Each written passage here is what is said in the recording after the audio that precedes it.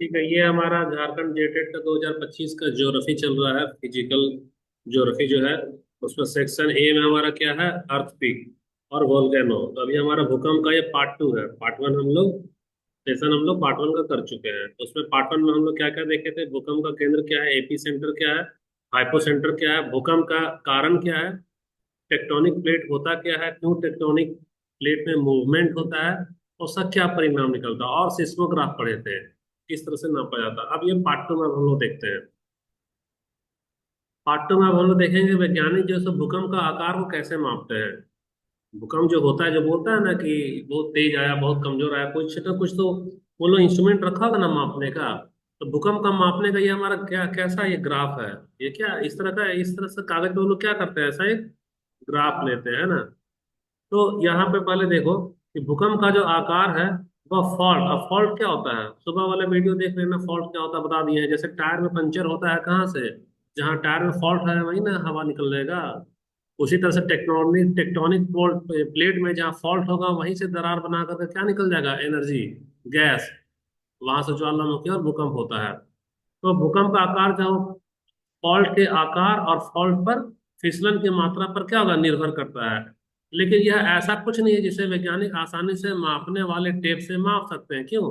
क्योंकि टेप तो भैया छोटा हो तो 6-6 हजार 10-10 हजार किलोमीटर तक रहता है वो सब। तो कैसे मापेगा भाई। तो इसको कोई आसानी से फीता से नहीं माप सकता है, क्योंकि फॉल्ट धरती की सतह से कई किलोमीटर क्या होता है, नीचे होता है। तो वे भूकंप को कैसे मापते हैं, वे धरती की सतह पर मौजूद सिस्मोग्राफ। सिस्मोग्राफ सुबह का वीडियो बताएं, एक हमारा मेजरिंग इंस्ट्रूमेंट है जिससे हम लोग भूकंप को मापते हैं। तो सिस्मोग्राफ पर की गई सिस्मोग्राम रिकॉर्डिंग, देखना सिस्मोग्राफ हमारा क्या है, इंस्ट्रूमेंट है, और ये सिस्मोग्राम क्या है, रिकॉर्डिंग है ये। जैसे तुम अपना कॉपी पे क्या बना रही हो, नोट्स को, तो कॉपी तुम्हारा क्या होगा, रिकॉर्डिंग ना हो गया। और रिकॉर्डिंग कर किससे रही है, पेन से कर रही है, तो पेन तुम्हारा हो गया सिस्मोग्राफ हो गया। उपयोग करके यह निर्धारित करते हैं कि भूकंप हमारा कितना बड़ा था। अब यह जब भूकंप नपा रहे हैं तो देख रहे हैं कि हमारा ये सब वेव अलग अलग है। जैसे ये वेव का नाम क्या रखा है, पी वेव। क्या है ये, पी वेव। ये क्या हमारा, एस वेव। तो अब हमको यहाँ से पता चला कि यहाँ भूकंप जब होता है तो अलग अलग तरंग उत्पन्न होती है। अलग अलग क्या उत्पन्न होती है, तरंग। बात नहीं करना, समझ में नहीं आएगा फिर दोबारा मत पूछ रहे हैं ना। पी वेव और एस वेव। अब होता है क्या भाई, तो देखो, एक छोटी सी लहराती रेखा जो बहुत ज्यादा नहीं हिलती है, उसका मतलब होता है क्या, छोटा भूकंप। जैसे ये जो रेखा है, इसका देखो यहाँ से ऊंचाई इतना ही, इतना यहीं से इतना ही ऊंचाई, तो ये कैसा बताएगा, ये भूकंप कैसा होगा हमारा, छोटा भूकंप आएगा।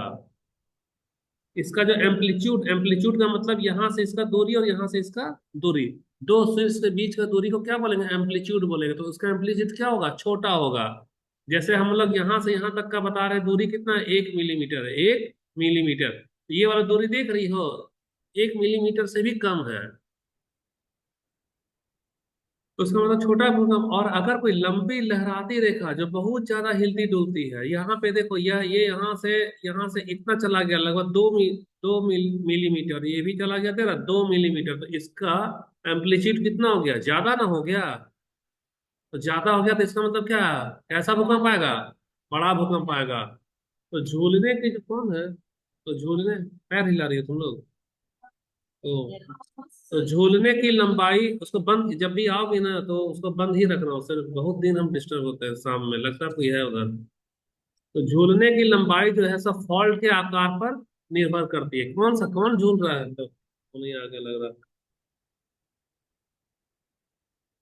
हाँ प्रियंका बोलो, क्लास ले रहे हैं, बोलो।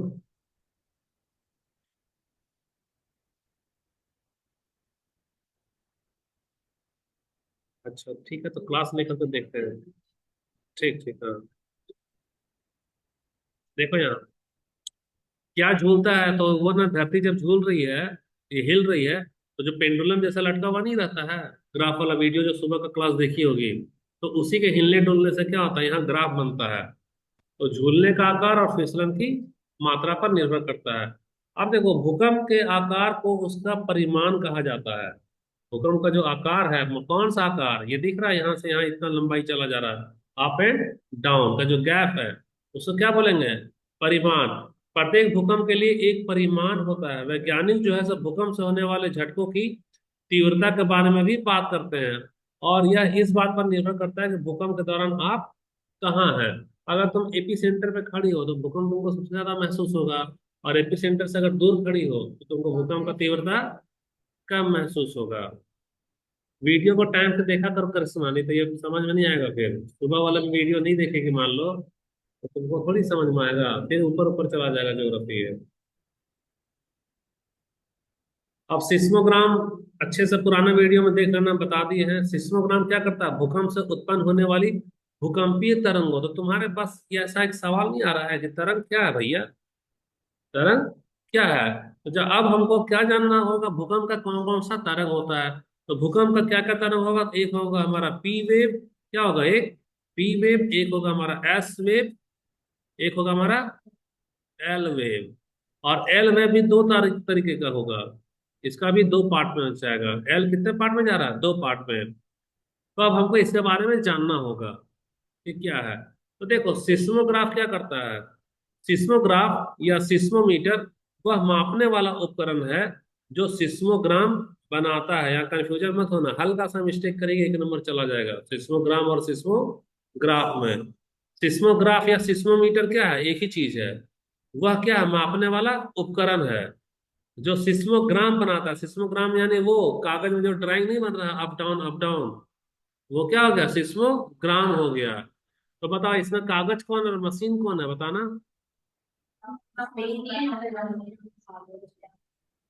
करिश्मा तुम क्या बोली थी, मशीन कौन है बताना। सिस्मोग्राम यहाँ है कि सिस्मोग्राफ या सिस्मोमीटर। सिस्मोग्राफ या सिस्मोमीटर क्या है, मापने वाला उपकरण है, यानी वो मशीन है। और जो तुम्हारे जो ग्राम, एक मिनट आ गया क्लास। हाँ हेलो, 10 मिनट में पहुंच रही है। ठीक है हम निकलते हैं, है ना। ठीक है हाँ। तो थोड़ा टाइम, अच्छा जल्दी से इसको देखो, 10 मिनट में है तो तुम लोग खुद से इसको बंद कर सकती है क्या करिश्मा। नहीं चला से बनेगा ना। अच्छा अब अगला देखना है यहाँ पे, रुक जाओ थोड़ा सा, यहाँ कंफ्यूजन था ना तुमको। कंफ्यूजन क्या था हमारा, सिस्मोग्राफ और सिस्मोमीटर दोनों एक ही है, और यही हमारा इंस्ट्रूमेंट है। और यह क्या बनाता है, कागज में तुमको उसका नक्शा जो बना रहा है वह कहलाया सिस्मोग्राम, ठीक ना। लगभग सभी सिस्मोमीटर के सिद्धांत पर आधारित होते हैं। जब जमीन हिलती है तो एक निलंबित द्रव्यमान स्थिर रहता है। निलंबित द्रव्यमान और जमीन के बीच सापेक्ष गति तब जमीन की गति की क्या करेगी, माप करेगी। तो अरे यार ऐसा करके तो जाना पड़ेगा अभी हमको। अच्छा तो हम बोल देते हैं कि मेरा डिजाइन जाएगा फाइल लेने के लिए। एक मिनट।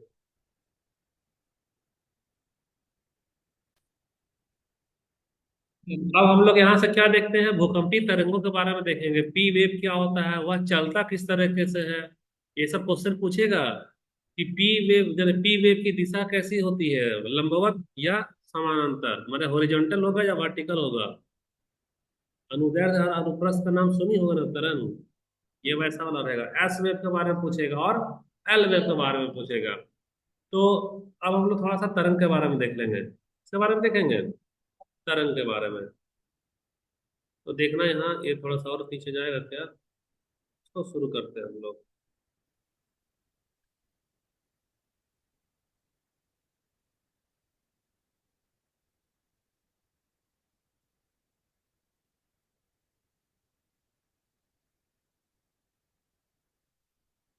ये हमारा पी वेव है, ये हमारा कैसा है, पी वेव है। ये क्यों नहीं दिख रहा, हाँ ये पी वेव है। अब पी वेव में गौर से देखना, इसमें ये इस तरह से चल रहा है, इस तरह से चल रहा है। लेकिन कैसा चल रहा है, यहाँ पर वह संपीड़ित, यहाँ कंप्रेस हो रहा है, यहाँ पे क्या हो रहा है, कंप्रेस। फिर यह फैल रहा है, फिर यहाँ पे क्या हो रहा है, कंप्रेस हो रहा है। फिर फैल रहा है, फिर यहाँ पे क्या हो रहा है, कंप्रेस हो रहा है। तो ये बताओ कि इसका जो डायरेक्शन है वह कभी भी ऐसा वर्टिकल हो रहा है क्या, कोई भी पार्ट, कोई, यानी कि इसके ऊपर जो भी पेड़ पौधा है उसको इस तरह से उछाल मिल रहा है क्या, नहीं मिल रहा है। कोई अगर ये यहाँ पे मकान बना लिया है, तो यहाँ पे क्या बना लिया, मकान, तो उस मकान को नीचे से कोई धक्का लगाएगा क्या, नहीं लगाएगा। वह उस मकान को इस तरह से धक्का, मैंने, हाँ, इधर से भले फोर्स लगेगा, फोर्स किधर से लगेगा, इधर से लगेगा। तो पी वेव का ये तुमको ख्याल रखना है कि कैसा कैसा हमारा बन रहा है, गौर से देखो ये कैसा जा रहा है, समझ में आ रहा है कैसा जा रहा है ये।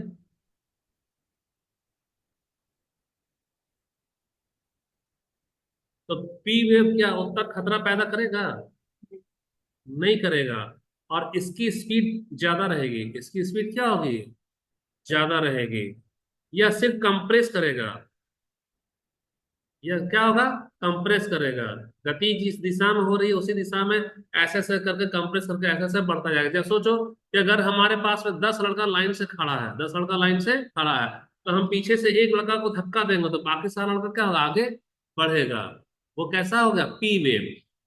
वो कैसा हो गया, पी वेव। लेकिन एक कल्पना करोगे तुम, पेड़ पे, तना पे एक रस्सी बांधी हो, और वह रस्सी 10 मीटर लंबा है, और उस 10 मीटर लंबा रस्सी का पूंछ को तुम दूर जाकर खड़ी हो गई, और उस रस्सी को ना ऐसे ऐसे हाथ से ऊपर नीचे कर रही है, तो वह रस्सी कैसा जाएगा, ऐसा ऊपर नीचे जाएगा ना। तो उसका डायरेक्शन और पी वेव का डायरेक्शन अलग अलग होगा, क्या होगा, अलग अलग। चलो अगला पेज में हम लोग देखते हैं। पी वेव समझ में आ गया। अब ये तुम्हारे लिए कौन सा वेव होगा, अंदाजा लगाओ। S wave. तो ये देखो अब एस वेव में, इसमें हम लोग ना सारा वेव देख लेंगे कि धरती पे कौन कौन सा wave. The shifting rock in an earthquake causes vibrations called seismic waves that ये travel within Earth. ये जो है ना,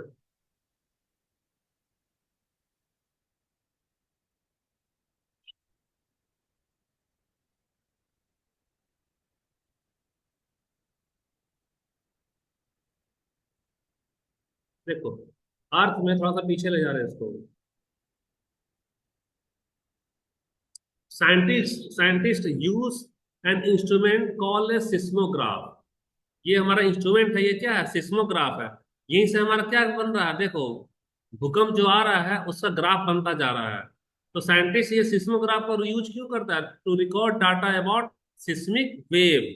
सिस्मिक वेव जो उत्पन्न हो रही है उसका डाटा को रिकॉर्ड करने के लिए सिस्मोग्राफ का इस्तेमाल करता है।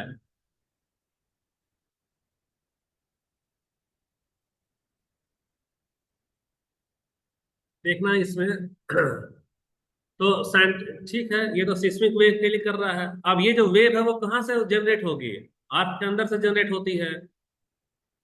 इसको रोक रोक करके थोड़ा सा बता देना पड़ेगा।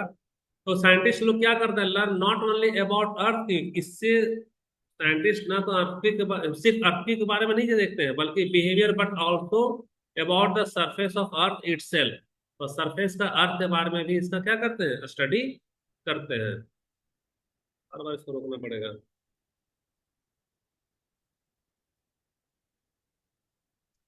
There are two broad classes of seismic waves. दो सब सिस्मिक वेव, मेनली दो उसका कैटेगरी में जा रहा है। कौन सा जा रहा है हमारा, एक बॉडी वेव्स और दूसरा सरफेस वेव।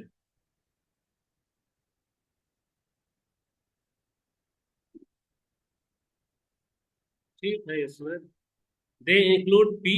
पी का मतलब क्या हो रहा है तुम्हारा, प्राइमरी वेव। और एस का मतलब है सेकेंडरी वेव। अब प्राइमरी और सेकेंडरी का मतलब ये होता है कि जो पहले पहुंचा उसका नाम हो गया प्राइमरी, और जो उसके बाद पहुंच रहा है उसका नाम क्या हो गया, सेकेंडरी। इसीलिए पी वेव के बाद क्या आएगा, सेकेंडरी वेव आता है। एमसीक्यू में पूछेगा पहले कौन सा वेव आएगा, तो क्या आएगी, प्राइमरी वेव। फिर क्या होगा, सेकेंडरी वेव आएगा हमारा।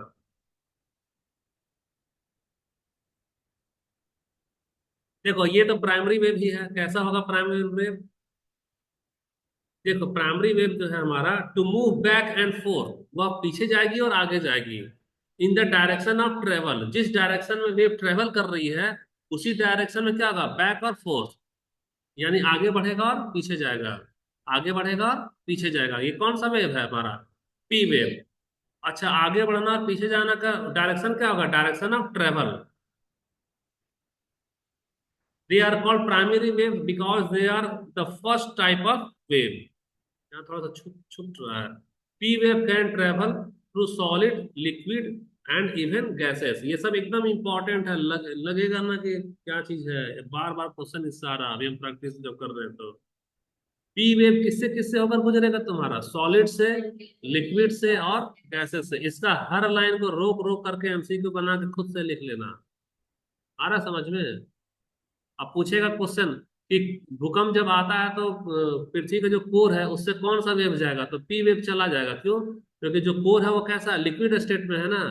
तो लिक्विड में से पी वेव चला जाता है, लेकिन एस वेव जो है वो लिक्विड से पास नहीं करेगा, तो खाली ठोस से पास करेगा। नतीजा क्या है कि एस वेव जो सेकेंडरी वेव है वह पृथ्वी के जो कोर है उससे पार नहीं जाता है।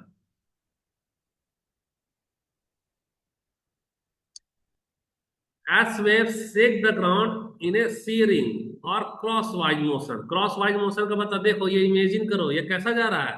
जंप हो रहा है ना। जंप हो रहा है यानी कि यहाँ पे जो आदमी बैठा है वो ऊपर चला जाएगा, नीचे। ये मकान ऊपर और नीचे होगा, ये मकान ऊपर, यहाँ का मकान नीचे। देखो इस तरह से जा रहा है। ये कौन सा है हमारा? एस वेव हो गया। These are the shake waves that move the ground up and down और from side to side। यानी ये अप और डाउन होगा, या साइड में होता है ऐसे और ऐसे, ऐसे और ऐसे, या ऐसे और ऐसे। ये हमारा कौन सा वेव जा रहा है बताओ? हाँ, तो S waves are called secondary waves because they always arrive after P wave. वह हमेशा पी वेव के बाद ही पहुंचेगा। कौन सा? एस वेव पहुंचेगा, पी के बाद पहुंचेगा।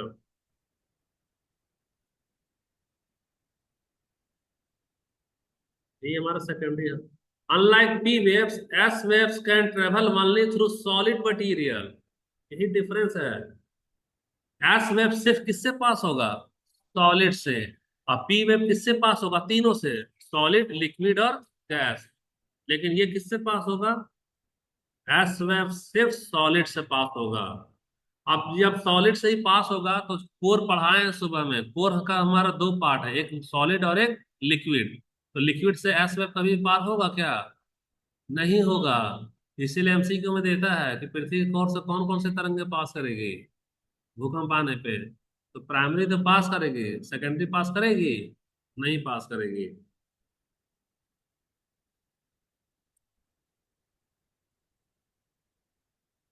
अच्छा, अब है after both P and S waves have moved through the body of earth. देखो, यह सबसे पहले प्राइमरी वेव निकला, उसके पीछे पीछे क्या गया? सेकेंडरी। तो सेकेंडरी वेव में भूकंप वाला सुबह का वीडियो याद रखना। तो सबसे पहले हाइपो सेंटर था, फिर उसके ऊपर में क्या बनेगा? एपी सेंटर बनेगा ना। वहां तक भी तो जाएगा। वहां तक जाएगा कि नहीं जाएगा? वहां तक जाएगा, तो जाने के बाद देखना सरफेस पे क्या होता है।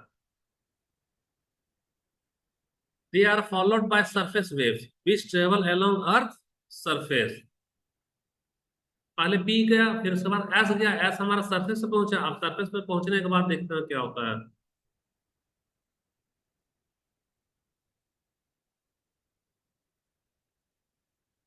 रुकना थोड़ा सा, ये तो छोटा करना पड़ेगा इसको, ये तो ज्यादा बड़ा हो गया ये।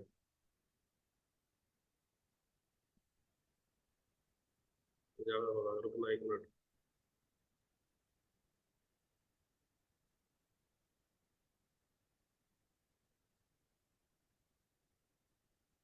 नहीं रखते, कोई ठीक है, थोड़ा सा पीछे कर।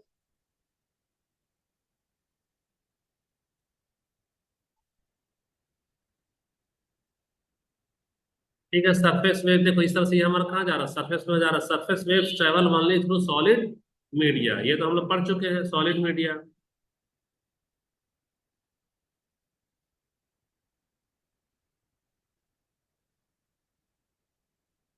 They are slower moving than body wave but are much larger and therefore more destructive। ये स्पीड इसका कम है। सरफेस वेव का स्पीड हमारा क्या है? कम है।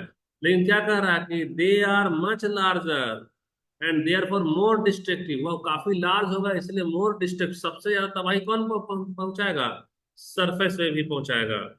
जो कि हाँ, the two types of surface waves are named, love waves और रे लाइट वेव्स। कहाँ, जो सरफेस में जो चला गया, पी वेव गया, उसके बाद कौन, सरफेस वेव गया, सॉरी सेकेंडरी वेव गया। सेकेंडरी वेव ही जब सरफेस पे पहुंचता है तो उसको नाम दे रहा है सरफेस वेव में दो कैटेगरी, क्या, लव वेव और रे लाइट वेव। ये दो साइंटिस्ट थे, उन्हीं के नाम पे रखा गया, अलग अलग साइंटिस्ट हैं, उन्हीं के नाम पे वेव का नाम रख दिया लव वेव और Rayleigh wave.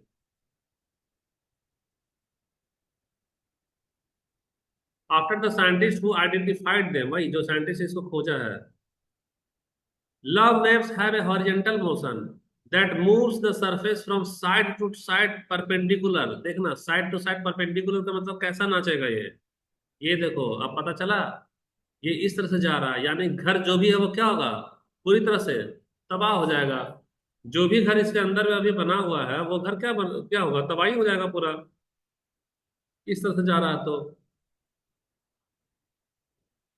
Love wave have a horizontal motion that moves the surface from side to side perpendicular। ये हॉरिजेंटल में जा रहा है, लेकिन पार्टिकल इसका कहाँ जा रहा है, वर्टिकल ऊपर चला जा रहा है। इसलिए सबसे ज्यादा कौन पहुंचाएगा तबाही, एल वेव, जो सरफेस से बाहर निकल रहा है हमारा। हाँ, साइड से भी जा रहा है ना, देखो। Of the two surface waves love waves move faster.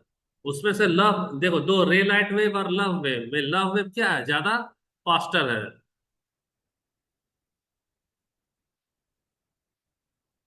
अब ये हो गया रे लाइट वेव। तो Rayleigh wave cause the ground to shake in elliptical pattern.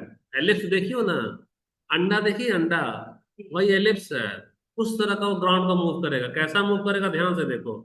ये देखो ऐसा, ये भी तबाही कर दिया ना बिल्डिंग, कैसा से कैसा हो जाएगा वो, दिख रहा है ये। Of all the seismic wave, Rayleigh waves spread out of the most. सारा सिस्मिक में रे लाइट वेव क्या है, सबसे ज्यादा फैलता है।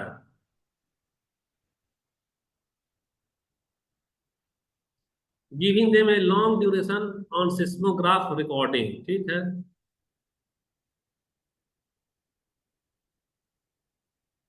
ये ठीक, कहानी खत्म हो गया इसका, कोई दिक्कत है इसमें, नहीं दिक्कत है। तो अब हम लोग इसमें क्या क्या देख चुके हैं, पी तरंग, अब तो तुमको समझ में आ गया, नोट्स बना लेना अच्छे से। पी तरंग में क्या होता है बताओ, कौन सा है, पूरा नाम क्या होगा, प्राइमरी वेव। यह कौन सा संकेत है, पहला संकेत है। प्राइमरी वेव हमारा कैसा संकेत है, पहला संकेत है। इसके बाद धीमी सी कौन आएगा, सेकेंडरी वेव। और सेकेंडरी वेव ही जब पहुंचेगा सतह पे तो उसका क्या नाम होगा, सतही तरंग, सरफेस वेव, इसको क्या बोलेंगे। देखो यहाँ लिखना पड़ेगा ना, इसीलिए तो हिंदी में वहां नहीं ना रहेगा एग्जाम में, सतही। ये हो गया हमारा सरफेस वेव। और सरफेस वेव तुमको अभी बताया ना, वो कितने हिस्से में बढ़ रहा है, दो में। किसमें, एल में और रे लाइट में। भूकंप के स्थान को निर्धारित करने के लिए विभिन्न सिस्मोग्राफ पर पी एस तरंगों के आगमन के समय का क्या किया जाता है, उपयोग किया जाता है। यह देखते हुए कि हम पी और एस तरंगों की सापेक्ष गति जानते हैं, पी और एस तरंगों के आवागमन के बीच का समय अंतर भूकंप के सिस्मोग्राफ से दूरी को निर्धारित करता है। कैसे, हम बता दे रहे हैं। जैसे मान लो हमको उसका स्पीड मालूम है, तरंग का स्पीड हमको मालूम है। एक एग्जांपल दे रहे हैं कि पी वेव जितना देरी चलती है ना, 1 किलोमीटर, मान लो कि सेकेंडरी वेव को वही 1 किलोमीटर जाने में 2 घंटा लगेगा। अगर 1 घंटे में मान लो कोई 1 किलोमीटर चल रहा है एक आदमी, तो दूसरा आदमी 1 ही किलोमीटर चलने में कितना टाइम लगेगा, 2 घंटा। अगर दे मान लो मशीन रख के रिकॉर्डिंग कर रहे हैं, जैसे ही पी वेव आया तो हम बोले अरे पी वेव आ गया है, यानी कि पी के बाद कौन आएगा, सेकेंडरी। और सेकेंडरी के बाद कौन आएगा, सरफेस, जो कि तबाही पहुंचाएगा। तो हम अलार्म बजा देंगे, अलार्म बजा के क्या बोलेंगे, देखो जी पी वेव आ गया है। और उसके बाद वाला वेव ठीक 1 घंटे बाद आएगा, और उसके ठीक 15 मिनट बाद कौन आएगा, सरफेस वेव, जो कि भूकंप लाएगा। तो तेरे पास 1 घंटा 15 मिनट बचा हुआ है, मकान को छोड़ के मैदान में चले जाओ। तो हमको अगर इसका स्पीड पता चल जाए, पी का, एस का और एल का, तो हम लोग भूकंप के बारे में सतर्कता बरत सकते हैं ना, कि कितनी देर बाद भूकंप आएगा। जैसे ही पी मिलेगा तो इसीलिए हम लोग क्या करते हैं, समय का अंतर को क्या करते हैं, नोट करते हैं, पी और एस का। इसका स्पीड पूछता है एग्जाम में, कितना किलोमीटर पर आवर है या कितना मीटर पर सेकेंड है। पूछता है ये सब। देखो ये तुम्हारा पी लहर, पी हम कैसा जा रहा है, देख रहा है ना ये कैसा जा रहा है, धीमा। ये स्पीड से चलता है, इसका जो एम्पलीट्यूड जो है ना वो कम होता है। ये इस तरह से दबेगा तो सिकुड़ेगा, दबेगा और सिकुड़ेगा, स्प्रिंग के जैसा। उसके बाद क्या है, एस। एस हमारा कैसा हो गया, ये अप डाउन हो रहा है ना, अप और डाउन, ये अप और डाउन। और यही ना सेकेंडरी में भी ना जा करके वहां सरफेस में जा रहा है। और यही भी तो हमारा हो गया अप, ये हो गया डाउन। जिसका ज्यादा अप होगा, जितना ज्यादा डाउन होगा, वह उतना ज्यादा तबाही मचाता है। तो उसके हिसाब से सबसे कम अप और डाउन किसका है, पी का, तो यह कम तबाही न मचाएगा। और ये इसका एम्पलीट्यूड कम है, इसीलिए गैस में, पानी में, मतलब लिक्विड में और सॉलिड में, तीनों में जाएगा। लेकिन ये किस में जाएगा, सिर्फ और सिर्फ सॉलिड में जाएगा। ये भी किस में जाएगा, सॉलिड में जाएगा। और ये वाला पूछेगा पी, तो ये किस में जाएगा, पी हमारा तीनों में, मतलब ये जाएगा हमारा सॉलिड में प्लस लिक्विड में और प्लस गैस में जाएगा। और देखो, दूर स्थित भूकंप से यूके में दर्ज किया गया सिस्मोग्राम। सिस्मोग्राम हमारा ये है, तो सिस्मोग्राम क्या है बाबू, कागज में एक नक्शा है, कागज में क्या है, एक ग्राफ है। कंफ्यूज मत होना, कागज में बनाया गया ग्राफ को क्या बोलेंगे, सिस्मोग्राम। और जो मशीन इसको बनाएगा उसको क्या बोलेंगे, सिस्मोग्राफ। अब जैसे तुमको यहाँ दिखा रहा है समय, घंटा, मिनट और सेकेंड, यानी कि अब 22 बजे था, 22 बजे का मतलब कितना बजे, 10 बजे, 10 बजकर, 10 बजकर कितना, 20 मिनट। उसके बाद यहाँ पे क्या है, सिर्फ 10 मिनट का गैप लगा, यहाँ से यहाँ कितना मिनट का गैप है, 10 मिनट। और यहाँ से यहाँ का कितना मिनट का गैप है, फिर से 10 मिनट। और यहाँ से यहाँ कितना गैप है, फिर से 10 मिनट। देख रही सर कितना स्पीड है। यानी कि तुमको मात्र 10 मिनट का मौका दिया, 10 ही मिनट में यहाँ क्या फैल गया, तबाही फैल गया। साइंटिस्ट के पास में 10 मिनट का मौका लगा खाली ये सोचने में कि अब हमारे पास क्या होगा, एक भूकंप आएगा। तो ये ग्राफ आप तुमको समझ में आ गया, अगर एग्जाम में दे देगा तो पहचान लोगी कि कौन सा इसमें है, एस कौन सा है हमारा, पी कौन सा है, एल वगैरह। कोई दिक्कत है आपके यहाँ, ग्राफ वाला क्वेश्चन अगर दिया, मान लो खुदा न खास से दे, लेकिन अगर दे तो पकड़ में आ जाएगा ना, देखकर। अच्छा, ग्राफ को दिखाएगा और बोलेगा कौन ज्यादा खतरनाक है, तो अब तो बता दो कि कौन खतरनाक है। और कौन किसका स्पीड ज्यादा है, तो याद रखना जिसका एम्पलीट्यूड कम होगा उसका स्पीड ज्यादा होगा, यानी पी वेव। पी दिख रहा है ना, उसका सबसे कम है ना एम्पलीट्यूड, यानी उसका स्पीड ज्यादा है। सबसे पहले कौन सा पहुंचेगा वेव, जल्दी बताओ, पी वेव। उसके बाद कौन सा पहुंचेगा, सेकेंडरी। सेकेंडरी कहाँ तक जाएगा, सरफेस तक जाएगा। सरफेस पे जाते जाते किसमें पटेगा, लव में और रे लाइट में। लव वाला जो होता है वो कैसा होता है, अप एंड डाउन होगा, और राइट एंड लेफ्ट होगा। और ये भी है।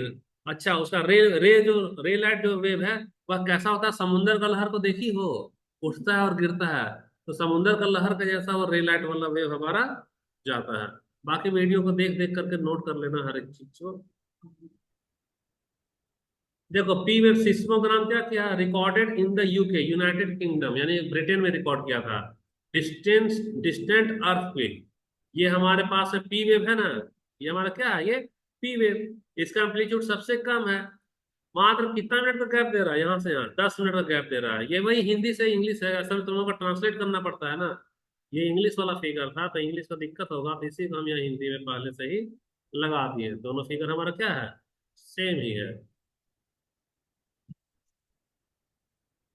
अब नेक्स्ट स्लाइड में देखते हैं कि how can scientist tell where the earthquake happened. Scientist कैसे बताएंगे कि भूकंप कहाँ आया था, तो कैसे बताएंगे भाई। तो भूकंप का पता लगाने के लिए सिस्मोग्राम भी क्या है, उपयोगी होता है। मशीन में ग्राफ अगर दिखेगा तो हम देख के नहीं समझ जाएंगे कि अच्छा पी आया नहीं, अब कौन आएगा, एस, एस का बाद कौन आएगा, एल आ जाएगा।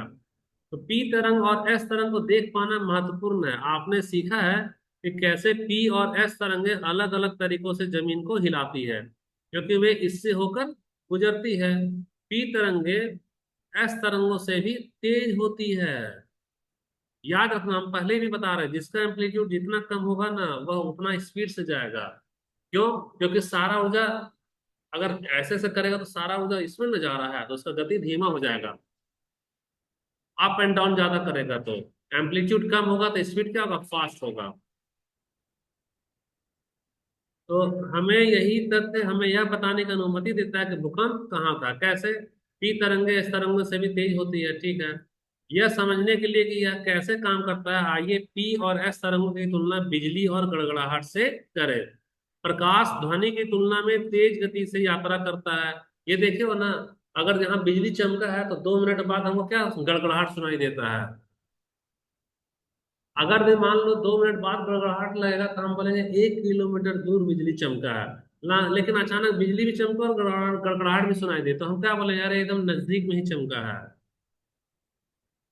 तो आंधी के दौरान पहले आप बिजली देखेंगे और फिर गड़गड़ाहट सुनेंगे। यदि आप बिजली के करीब हैं तो बिजली गिरने के तुरंत बाद क्या होगी, गड़गड़ाहट होगी। लेकिन यदि आप बिजली से बहुत दूर हैं तो आप गड़गड़ाहट सुनने से पहले कई सेकंड गिन सकते हैं। आप तूफान से जितने दूर होंगे बिजली और गड़गड़ाहट गड़गड़ाहट के बीच उतना ही अधिक समय लगेगा। समझ रहे हो? जैसे हमारा 10 किलोमीटर दूर कोई बिजली चमका है तो हमको 10 सेकंड लगेगा ना उसका गड़गड़ाहट सुनने में। यानी हमारा गैप ज्यादा हो गया, तो दूरी ज्यादा होगा तो गैप भी ज्यादा होगा। तो इससे हम लोग वैज्ञानिक लोग भूकंप के बारे में पता कर लेता है। देखना ये सब जो अब नोट्स बना लेना, मेन तो वीडियो में हम समझा चुके हैं। पी तरंगे बिजली की तरह होती है और एस तरंगे गड़गड़ाहट की तरह होती है। पी तरंग तेजी से चलती है और जहां आप सबसे पहले हैं वहां की जमीन को क्या करेगी, हिला देगी। फिर पीछे से एस तरंगे आती है और जमीन को भी हिला देती है। अगर आप भूकंप के नजदीक हैं तो पी तरंग और एस तरंग एक ही साथ आपको हिला डालेगी। लेकिन अगर यदि आप भूकंप के केंद्र से दूर हैं तो पहले तो पी तरंग आपको हिलाएगी और कुछ समय के बाद फिर एस तरंग भी आपको हिला डालेगी, जिससे हमको पता चल जाएगा कि भूकंप का केंद्र मेरे से दूर है। जो मशीन लगाता है सिस्मोग्राफ का, उसमें एक ही कांटा में तुरंत पी भी बना तुरंत एस भी बना, तो क्या बोलेगा, ये तो यहीं पे भूकंप पैदा हुआ। लेकिन अगर सिस्मोग्राफ का मशीन पे एक बार पी का बना ग्राफ और 10 मिनट बाद बनेगा एस का ग्राफ, तब बोलेगा ना अच्छा 10 मिनट यानी कि वह यहाँ से फलाना 100 किलोमीटर दूर है। आ रहा है कि नहीं आ रहा समझ में?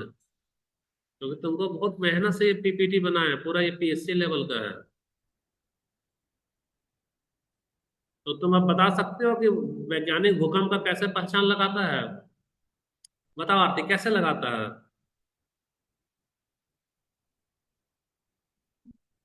सिस्मोग्राफ में रिकॉर्ड करता है क्या, पी और एस का। अब पी और एस का रिकॉर्डिंग में अगर दी दोनों तरंगों का रिकॉर्डिंग में कुछ भी गैप नहीं है तो हम समझेंगे भूकंप का केंद्र एकदम नजदीक है। लेकिन पहले पी तरंग किया और उसके 10 मिनट बाद अगर एस तरंग का रिकॉर्डिंग दिखाता है सिस्मोग्राफ में, तब पता चलता है कि 10 मिनट बाद आ रहा है, यानी भूकंप का केंद्र जो है सो अभी बहुत दूर है। तो देखो, दो तरंगों के रिकॉर्डिंग के बीच का जो समय का फासला है वही बता देता है भूकंप का केंद्र। तो पी तरंगे बारी बारी से क्रस्टल सामग्री को उसी दिशा के समानांतर संपीडित करती है। पूरा हिंदी यहाँ डाल दिए। देखो यहाँ पे क्या हो रहा है, संपीडन हो रहा है। यहाँ पे क्या हो रहा है, संपीडन हो रहा है। ये वाला लाइन यहाँ पे क्या हो रहा है, देखना, इसको संपीडन कर रहा है। और यहाँ पे क्या हुआ, फिर से फैल कर गया। तो ये जैसे कि हम लोग रुई का स्पंज देखी हो, उसको ऐसे से दबाते हैं ना, फिर छोड़ते हैं, संपीडन होता है ना, तो उसी तरह से दबते दबते वो क्या करेगा, पी वाला आगे बढ़ेगा। हाँ, फैलता सिकुड़ता वाला। अब एस वेब का मतलब सबसे अच्छा तुमको है ना, हम एक ना यहाँ एनिमेशन करते हैं यहाँ पे। देखना, यह ना वर्टिकल का मतलब समझते, ऊर्ध्वाधर समझ में आता है। यह ऊर्ध्वाधर तरीके से बढ़ जाएगा। कैसे बढ़ेगा, मान लो अभी हम लोग इसका डायमेंशन ले रहे हैं, ये वाला इसका लंबाई माप ले रहे हैं। इसका लंबाई यहाँ से कहाँ जाया गया, इतना ही ना होना चाहिए था। ये हमारा इतना होना चाहिए था। अब इसमें से कुछ कुछ देखना कहाँ कहाँ कोई क्या दिक्कत हो रहा है। इसके लंबाई से ये वाला क्या होगा, ऊपर चला गया, ये वाला ऊपर भाग गया ना। अगर हम लोग इसका लंबाई को ऊपर में भी सेट कर दें तो इसका लंबाई यहाँ से लेकर हमारा कहाँ तक होना चाहिए था, एकदम 90 डिग्री पे डालेंगे तो इतना ही ना होना चाहिए था। देखना यहाँ बस इतना ही होना चाहिए था। तो कौन कौन एक्स्ट्रा जंप कर गया भैया? तो जंप करने वाला में ये वाला हमारा क्या उछल गया, ये भी उछला। ये तो शांत है, ये शांत है ना? लेकिन ये भी क्या हुआ? उछल गया। ये भी उछल गया, फिर ये भी उछल गया। तो इस तरह से उछल रहा है तो मकान क्या होगा? धराशायी ही तो होगा। तो ये एस वेब है। सिस्मोग्राफ पर दर्ज सिस्मोग्राम पर पी और एस तरंग के बीच समय की मात्रा को देखकर वैज्ञानिक बता सकते हैं कि भूकंप उस स्थान से कितनी दूरी पर था। हालांकि वे सिस्मोग्राफ से यह नहीं बता सकते कि भूकंप किस दिशा में था। समझ रही हो ना मामला क्या है?